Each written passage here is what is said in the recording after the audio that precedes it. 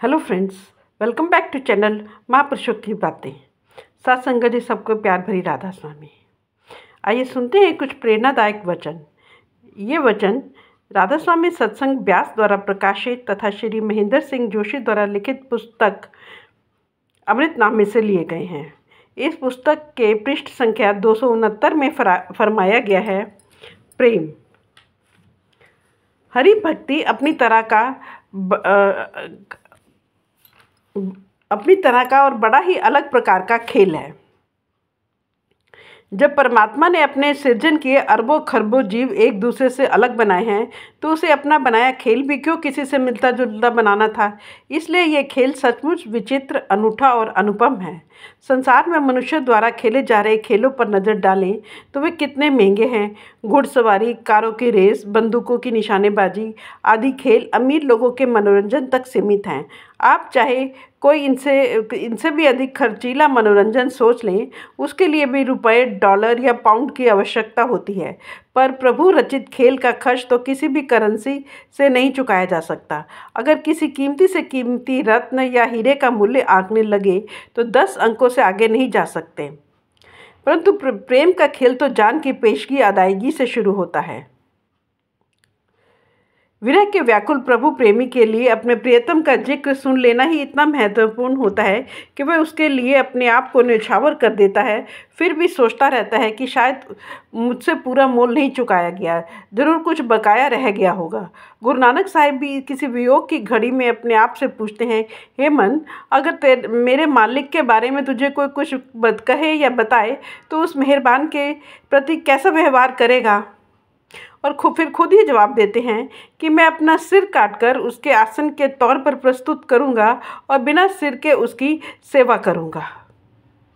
इसी प्रकार गुरु अर्जन साहिब प्रभु प्रियतम का शुभ संदेश लाने वाले उपकारी सतगुरु को अपना तन मन, अपना सब कुछ भेंट करके संतुष्ट नहीं होते, क्योंकि आपकी दृष्टि से में भी सिर भेंट किए बिना उस प्यारे प्रीतम के प्रेम का बदला नहीं चुकाया जा सकता। परमेश्वर के ये मतवाले उस पर अपना सब कुछ कुर्बान कर देते हैं, पर जरा भी एहसान नहीं जताते।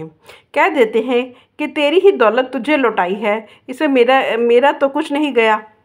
एक और हम हैं, मन तन धन कुछ भी प्रभु को देने में समर्थ नहीं, और दूसरी ओर वे हैं जो देते समय अपने लिए कुछ भी बचा कर नहीं रखते। हमसे तो इस तरह के देने की कल्पना भी नहीं होती। इस प्रकार का देना इसलिए संभव हो जाता है कि ऐसे प्रेमियों ने अपने आप को ही प्रियतम को अर्पित कर रखा है। उनका कोई अलग अस्तित्व ही नहीं बचा। फिर कौन किसे दे और किससे ले। हरि और भगत के बीच का अपने पराये का अंतर मिट जाता है, और इसका मिटना है बड़ा कठिन।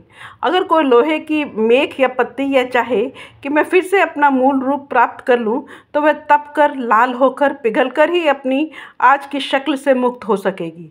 उसके लिए उसे बेहद तेज तपन सहन करनी पड़ेगी। प्रीति के खेल में इस तपन या तपिश को विरह कहकर पुकारा जाता है। फरीद साहब ने विरह की प्रशंसा करते हुए उसे सुल्तान कहा है, और उससे खाली काया को निपट लाश।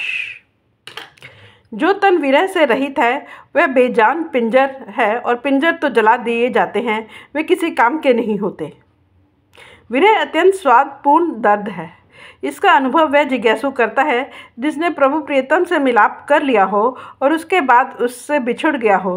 प्रियतम का मिलाप कर कितना रसमय, कितना आनंदपूर्ण होगा, इसका अनुमान इस बात से लग सकता है कि उससे दूर होने की पीड़ा इतनी तेज होती है कि मानो कोई चिमटों से शरीर का मांस तोड़ रहा हो।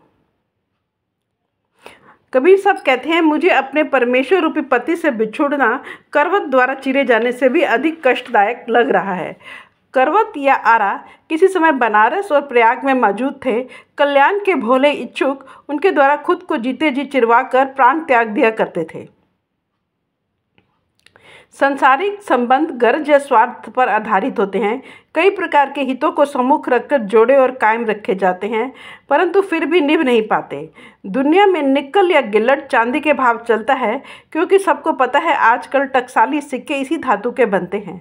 पर प्रभु की भक्ति किसी प्रकार का खोट स्वीकार नहीं करती। प्रभु के सराफा बाजार में 12 बानी या खालिस से कम किसी सोने के लिए कोई स्थान नहीं है। जब सब कुछ देखकर जीव परमेश्वर का हो जाए तो फिर उससे अलग होकर वह जीवित कैसे रह सकता है। इसलिए गुरु नानक साहब फरमाते हैं, मछली को पानी से बिछुड़कर कितना कष्ट सहना पड़ता है यह मनुष्य न जान सकता है, ना ही उसका वर्णन कर सकता है। उसकी अवस्था को तो परमात्मा ही जानता है।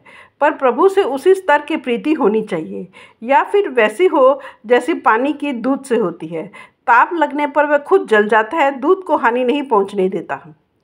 प्रेम के बदले प्रेम किए जाने की आशा स्वाभाविक ही है, पर यदि कभी दूसरी ओर से प्यार ना मिले बल्कि कोई जाति हो जाए तो क्या अपना मन मोड़ लेना चाहिए? नहीं, प्रभु से ऐसा प्यार होना चाहिए जैसे कमल का जल से होता है। जल की लहरें कमल को बार बार थपेड़े मारती हैं, उठा उठा कर फेंकती हैं, पर बदले में कमल और अधिक प्यार करता है, अधिक प्रसन्न होता है। वह सुख दे या दुख, परमेश्वर के प्यारे सदा उसके आभारी रहते हैं। जब तक उससे लिफ्ट जुड़ी रहती है वे अपने आप को जीवित समझते हैं। अगर लिफ्ट टूट जाती है तो उन्हें लगता है कि वो मर गए।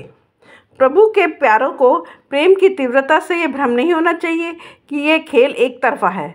अगर भक्त अपना तन मन धन सब कुछ परमेश्वर को अर्पण कर देते हैं तो वह भी भक्तों की इच्छा के विरुद्ध कुछ नहीं करता।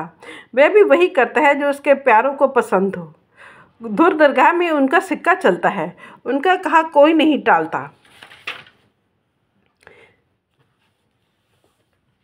परमेश्वर का अधिकार सारी सृष्टि और उसके सब जीवों पर है, लेकिन परमेश्वर खुद अपने भक्तों के कहने से बाहर नहीं, उनके प्रेम में बंधा है।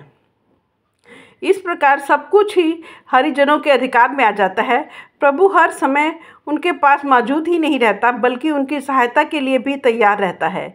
इस प्रेम के फलस्वरूप इन भाग्यशाली जीवों का परमेश्वर से एक बड़ा घनिष्ठ और गहरा संबंध स्थापित हो जाता है।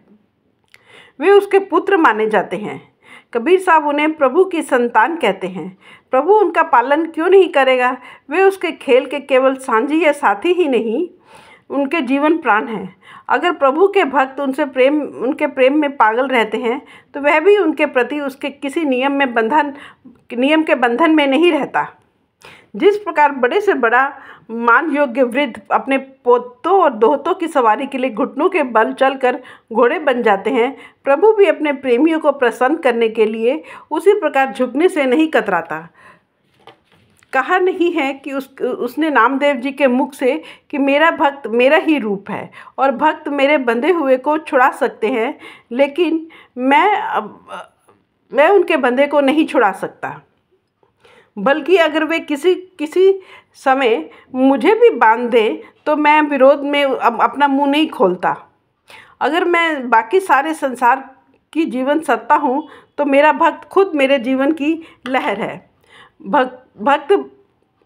प्रभु भक्त वत्सल है, प्रेम का स्वरूप है, और अगर कोई उससे मिलना चाहे तो उससे प्रीति करके ही मिल सकता है।